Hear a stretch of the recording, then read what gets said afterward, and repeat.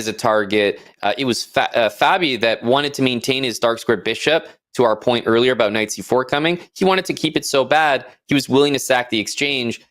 I mean, I don't know if that's the right decision or not, but it was the one that he decided to do. You can't move the bishop on f5 because of the f7 pawn. So it is really, really tough to play this position. I don't really know what we're going to see next from Fabi. You know, like h5, h4 comes to mind, but yeah, you really don't have any threats.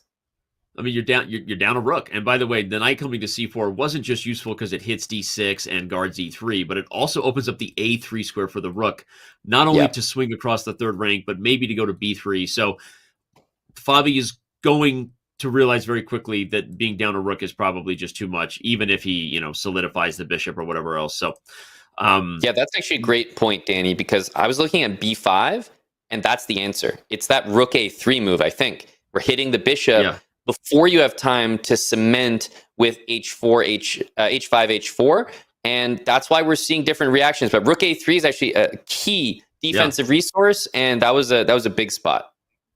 Okay, well, yeah, rook e4 played, but the computer says rook a3, the only way for white to maintain the large advantage he has. Magnus finds it.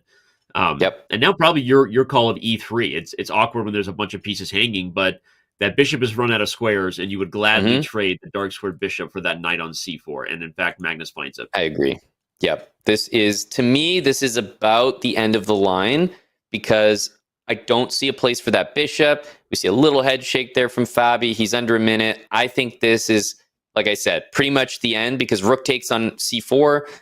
Just take on f4. At that point, you start to have a conversation of like, this is a full rook, and knight d2 and e4 I'm expecting just to kind of seal things.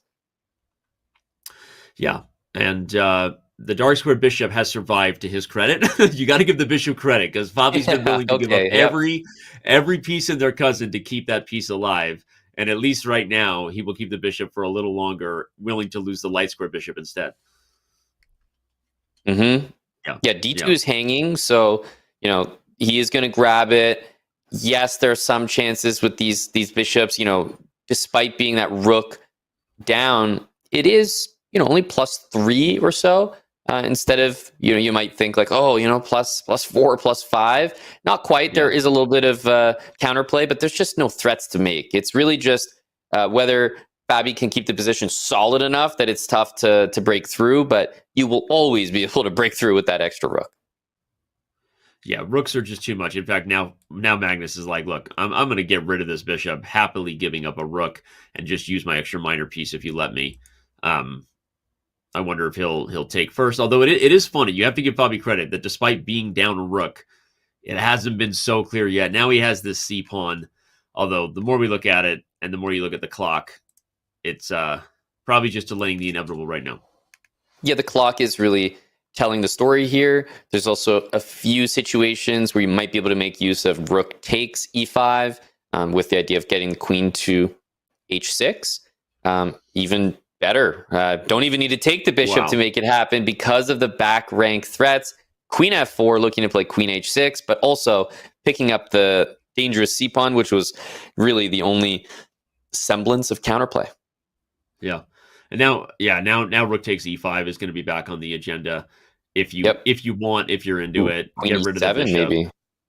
Oh, queen e7 is just like. Did you eat your breakfast this morning? You spotted a couple nice ideas, with that the knight maneuver earlier in the game and now at the first game and now queen e7.